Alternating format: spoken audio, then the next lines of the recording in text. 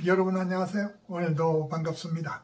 지난 2021년도에 6개월간 프랑스 어학 연수를 할 때 연수지는 남서부에 위치하고 있는 툴루즈라는 도시였습니다. 툴루즈는 도시 규모로 볼 때 프랑스 내에서 네 번째에 해당되는 꽤 큰 규모의 도시입니다만 특별한 관광 자원이 없기 때문에 우리나라 사람들에게 그렇게 잘 알려져 있지 않은 도시 중에 하나입니다. 어쨌든 그런 것과는 관계없이 당시 어학 연수를 할 때 보다 충실하게, 보다 열심히 어학 공부를 하기 위해서 어학 연수 기간 중에는 1박 이상을 요하는 여행은 하지 않겠다. 스스로에 대한 결심을 한 바가 있었습니다. 물론 냉정하게 따지고 보면은 어학 연수 기간 중에 잠시 단기 여행을 다녀왔다고 해서 대시에는 큰 영향을 미치지 않았을 것으로 생각은 합니다만은 다만 보다 허트림없이 보다 충실하고 보다 열심히 어학 공부를 하기 위한 스스로에 대한 마음가짐을 다잡는 그런 한 표현이었다고 생각을 합니다.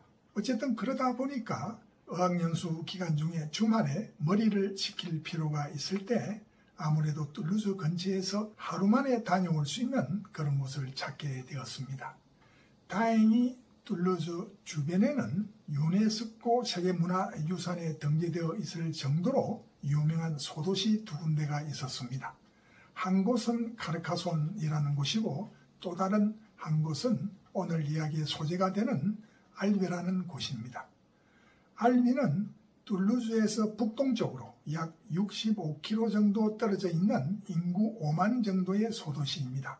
이곳은 주교공을 중심으로 한 중심 지역은 모두 앞서 이야기 드린 유네스코 세계문화유산에 등재되어 있을 정도로 역사적 가치가 있는 곳이고 또 카타리파라고 옛날 종교적 이단에 얽힌 복잡한 문제로 당시 교황이 조성한 알비 십자군에 의해서 대학살극이 벌어졌던 창극의 현장이기도 합니다.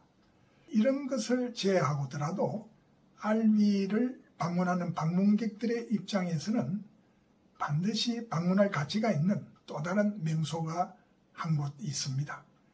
바로 비운의 천재학으로 불리는 앙리 드 툴루즈 로트렉이라는 화가의 작품들을 모아서 전시하고 있는 툴루즈 로트렉 미술관이 바로 그곳입니다.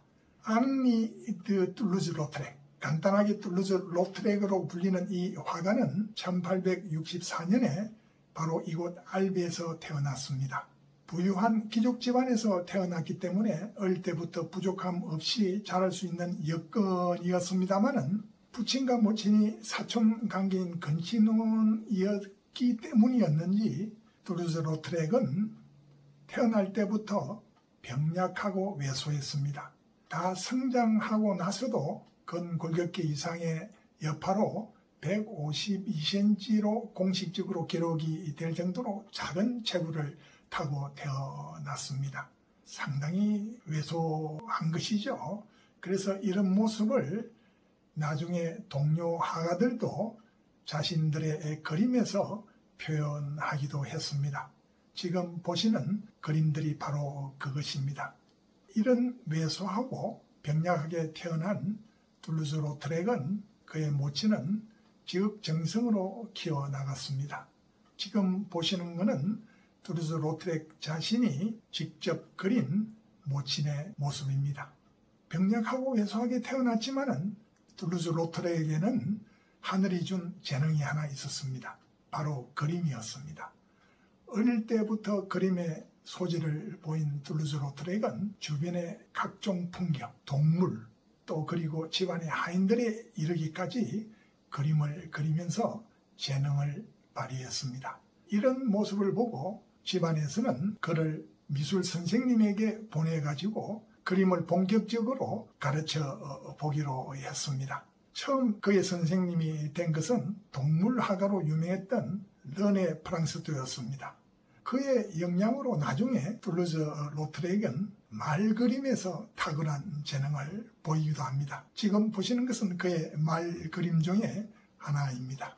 그 이후에 2번 정도 화실을 옮기면서 나중에 대가가 되는 유명한 화가들을 학생들의 신분으로서 만나게 되는 기회를 가지기도 합니다. 이런 과정들을 거치면서 툴루즈-로트렉은 본격적인 화가가 되면서 활동을 하게 됩니다. 그는 짧은 생애를 통해서 정말 많은 작품을 남겼습니다. 그야말로 양산을 한 거죠. 그의 작품 숫자를 보면은 여기 앞에 적어 놓았습니다만 어디 한번 볼까요?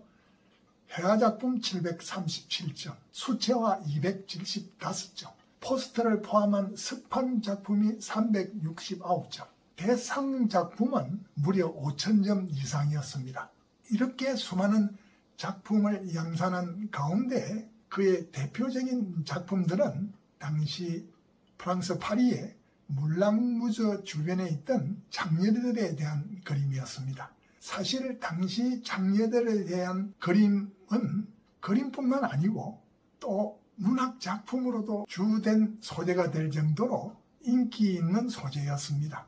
툴루즈-로트렉은 장녀들에 대한 그림을 그리는 그 계기가 사실은 그 자신이 장녀들의 단골 손님이기도 하였기 때문입니다. 어쨌든 당시에 그가 그렸던 장녀 그림을 지금 몇 점 소개시켜 드리겠습니다만은 툴루즈-로트렉은 장녀들에 대한 그림을 그렸다고 해서 노골적인 성적 표현을 한 것은 아니고 장녀들의 일상적인 모습을 부드러운 화법으로 그리면서 성적 일탈이 아닌 예술적 경지로 승화시킨 작품들을 만들어 나갔습니다.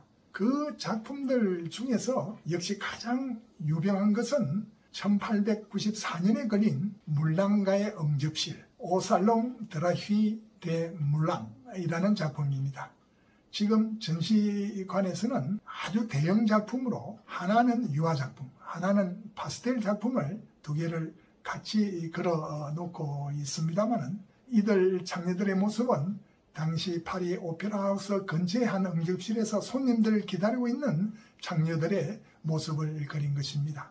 오른쪽 끝에 치마를 잠시 올리고 있는 장녀들은 당시 성병을 예방하기 위해서 정기적으로 의사들이 장녀들을 검사하고 있는 장면을 사실적으로 묘사한 것입니다. 이런 그림 이외에도 툴루즈-로트렉이 큰 재능을 발휘한 것은 포스터였습니다. 그가 포스터 작가로서 명성을 휘날리게 되는 가장 큰 계기는 물랑무저, 프랑스 파리의 유명한 카바레죠. 그 물랑무저에서 자기들이 선전 포스터를 만들어 달라고 의뢰를 했습니다. 그 의뢰를 받고 그린 포스터가 유명한 물랑무저 라 굴리입니다.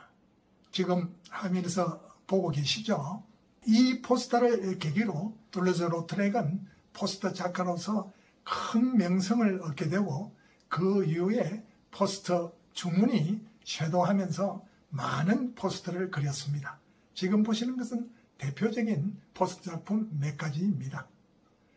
그런데 역시 아무래도 워낙 병약한 몸으로 태어나서 지병도 있는 데다가 그의 생활 자체가 술에다가 장려촌 방문이라든지 매우 불규칙하고 무질서한 생활을 했기 때문에 건강이 점점 버텨나가지를 못했습니다. 1898년부터는 눈에 띄게 건강이 악화되고 그렇게 많이 양산하던 작품 활동도 뜸해지기 시작했습니다. 1899년부터는 이를 더 이상 보지 못한 모친에 의해서 병원으로 거의 강제로 끌려가다시피 해서 입원을 했습니다. 알코올 중독, 매독, 합병증, 일부 마비 현상 등등으로 해서 치료를 받았지만은 계속 그의 병세는 악화가 되었습니다. 그러자 1901년 더 이상 가능성이 없다고 판단한 모친에 의해서 그의 모친이 있는 오르도 근처의 집으로 옮겨지고 마침내 그의 9월에 사망하게 되었습니다. 툴루즈-로트렉은 그 후 근처에 있는 공동 묘지에 안장이 되고 그의 작품은 훗날 유족들에 의해서 그의 고향인 알비에 기증이 되었습니다.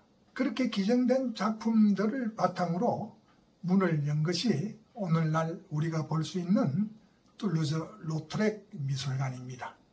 툴루즈 로트렉 미술관에는 많은 툴루즈 로트렉의 생전의 작품들이 전시되어 있습니다만 여기서는 마지막으로 지금까지 아직 미처 소개시켜 드리지 못한 작품 몇 가지를 추가로 여러분들께 보여드리도록 하겠습니다.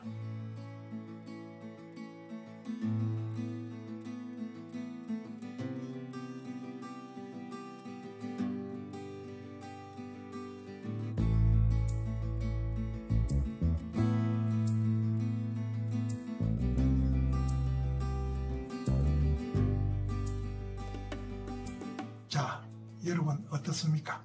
앙리 드 툴루즈 로트렉이라는 비운의 천재 화가를 오늘 새삼스럽게 알게 될 좋은 기회를 가졌습니까? 자, 여러분 오늘도 끝까지 시청해 주셔서 큰 감사를 드리고 앞으로 구독을 통해서 이런저런 다양한 이야기들을 함께 나눌 기회를 갖기를 기대합니다. 감사합니다.